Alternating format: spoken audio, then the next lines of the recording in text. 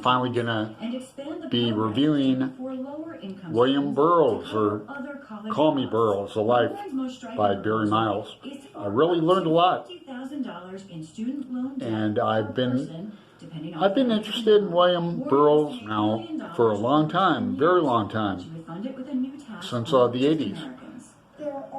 And the question comes up, I don't have any problem getting over the man and his writing, just like I'm cool with Tennessee Williams.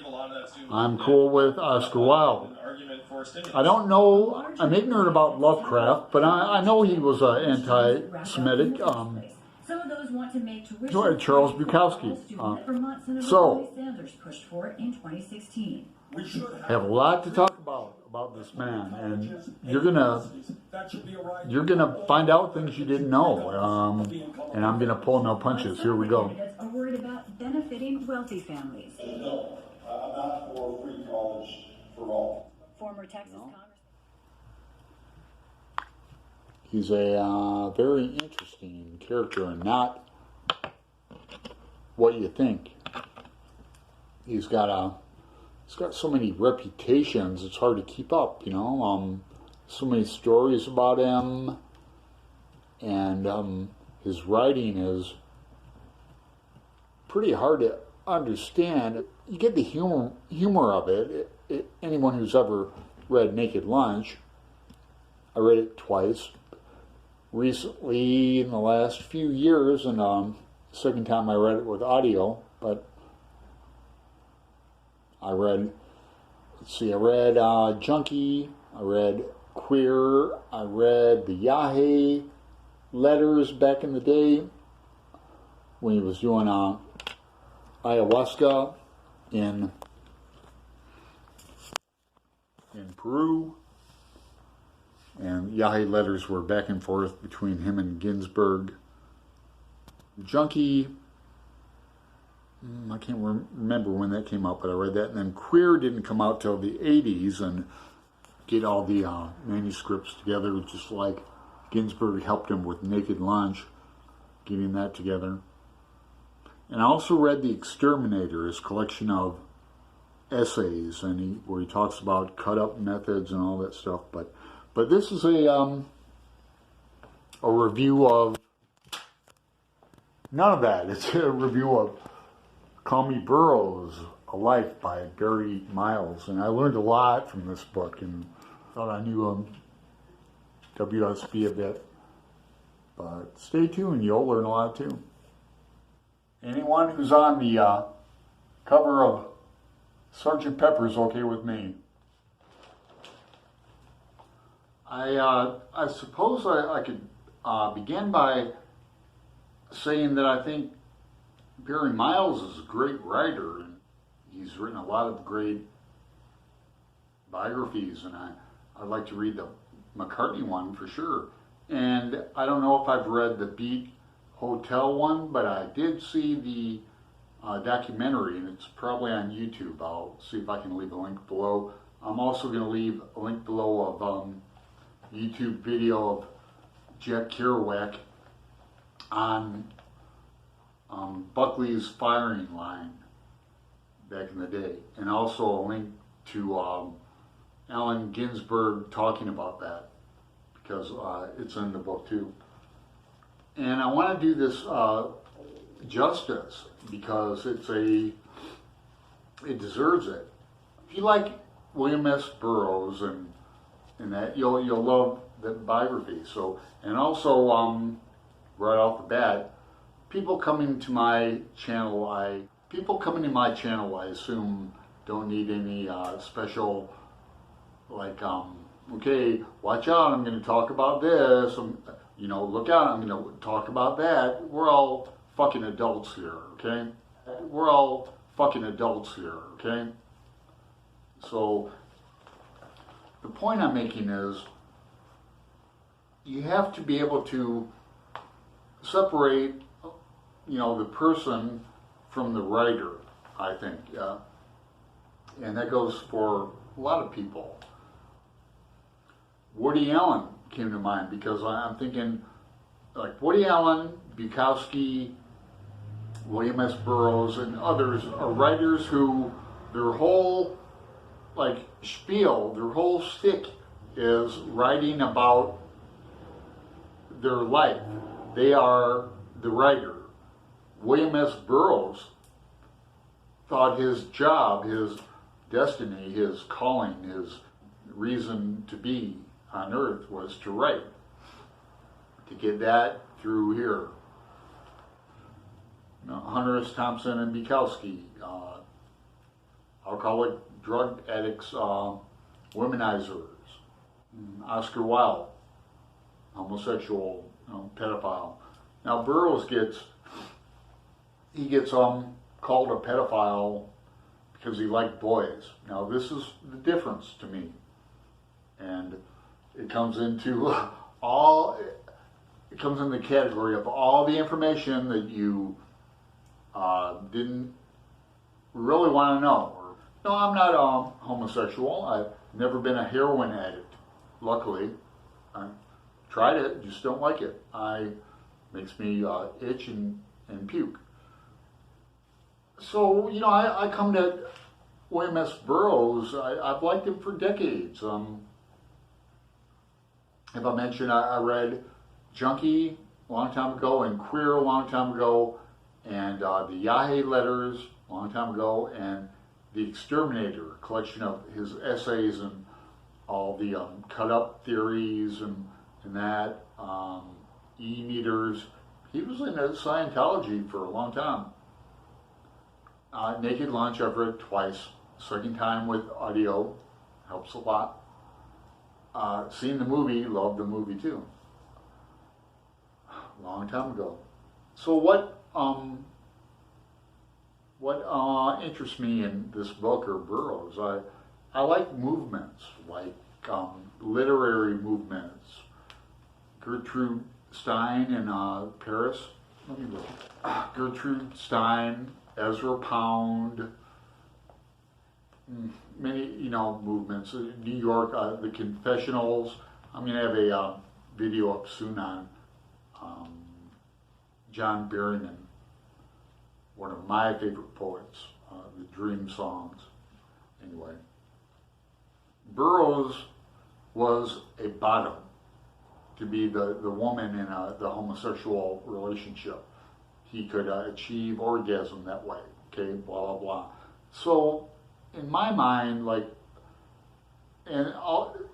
pedophile boys thing, well, it happened in New York too, but in Tangier.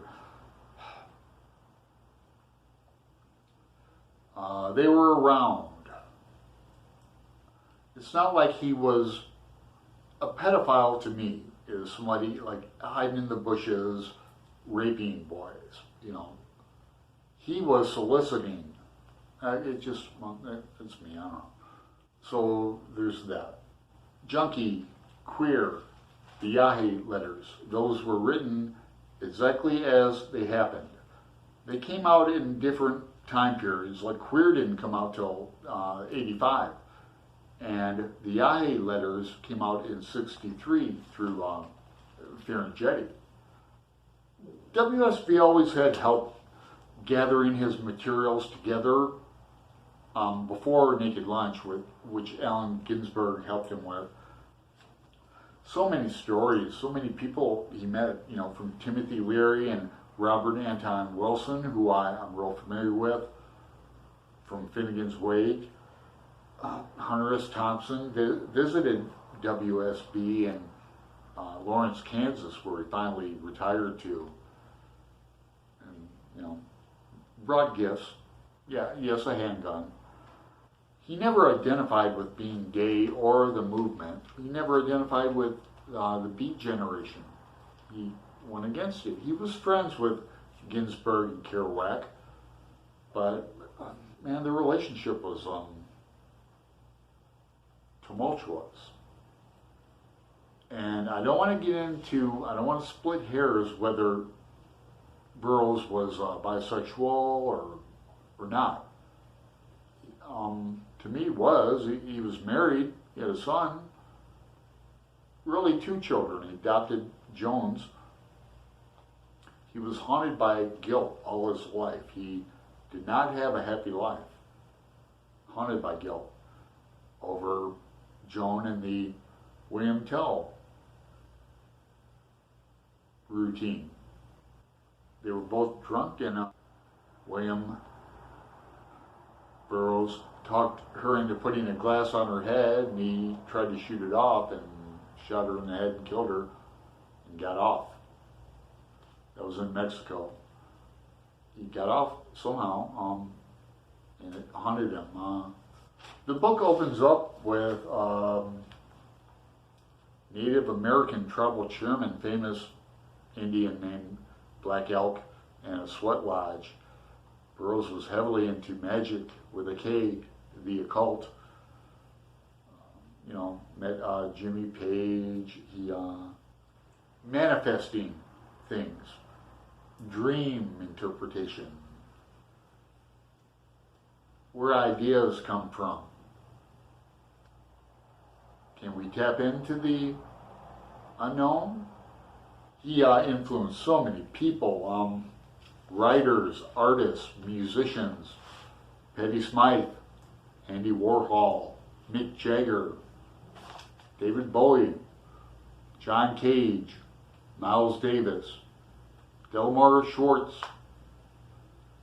James Agee, Julian Beck, Living Theater, all the stuff in New York. I mean, you take his life, the mere cities he lived in, Tangier, Mexico, Peru, NYC, Mexico, California, just Miles Davis.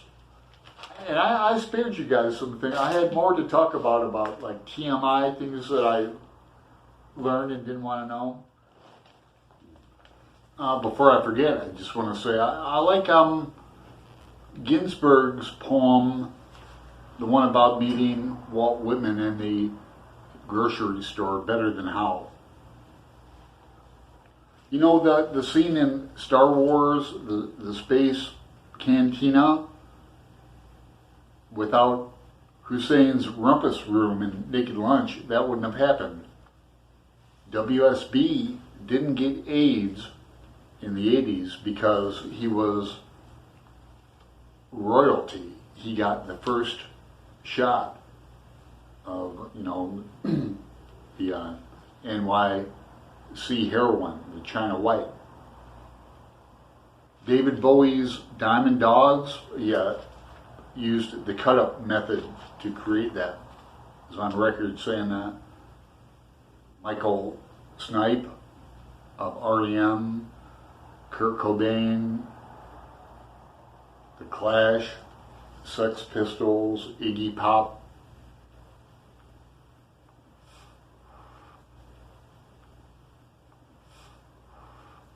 I knew Burroughs came from money and that adding machine thing. You see, his grandfather invented the adding machine, the old one like that, and then but on his mother's side, the Lee side, that's where you got William Lee. They were rich too through New York City advertising. That's how Burroughs was able to go on his little adventures to Tangier and Mexico and Peru and this and that. He got a $200 allowance, and so he really wasn't he didn't make money until later in life. Certainly Naked Lunch. When Junkie was published, Burroughs went to long lengths to make sure his parents didn't know it was him. It was published under Will Lee. In the description box, put link where Kerouac is on the firing line, William F. Buckley, back in the day, and he's drunk and that. Because Kerouac was a real, and I have On the Road. I'm going to reread it this year. But, because I'm not really into the beats, and I I don't know a whole lot about it, you know, other than, yeah, Kerouac used WSB's blurbs on the road in all his books, but when the time came to use Jet's name, he refused. He didn't want his name on a, you know, homosexual junkies book and that. And Burroughs has a great line, says, when I met Kerouac, he was drinking beer in front of the TV at his mother's house.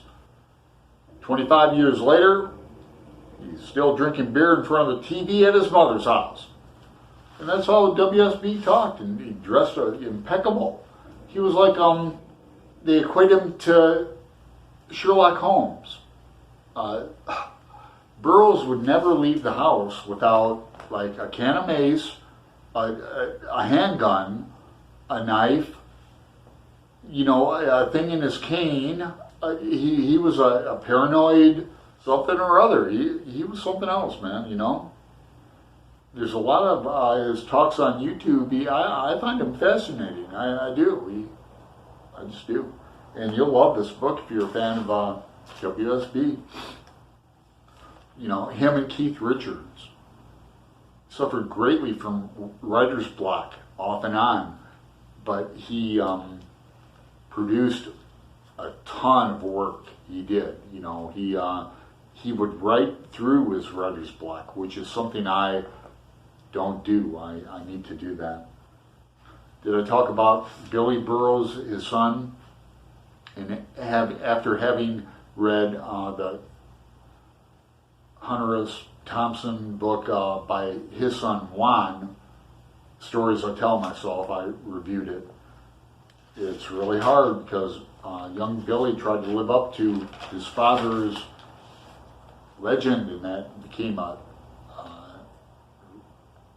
alcoholic and a drug addict, and his liver failed him and died early. And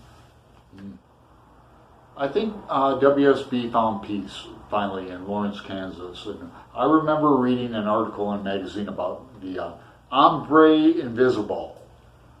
There's so many good aphorisms and quotes in here. Like one is, if you walk down the street and people, oh man, let me find it. If people turn to look at you on the street, you are not well dressed. He always wanted to fade in the background. He didn't want to stand out. He was paranoid, you know. He didn't like crowds. He was offered to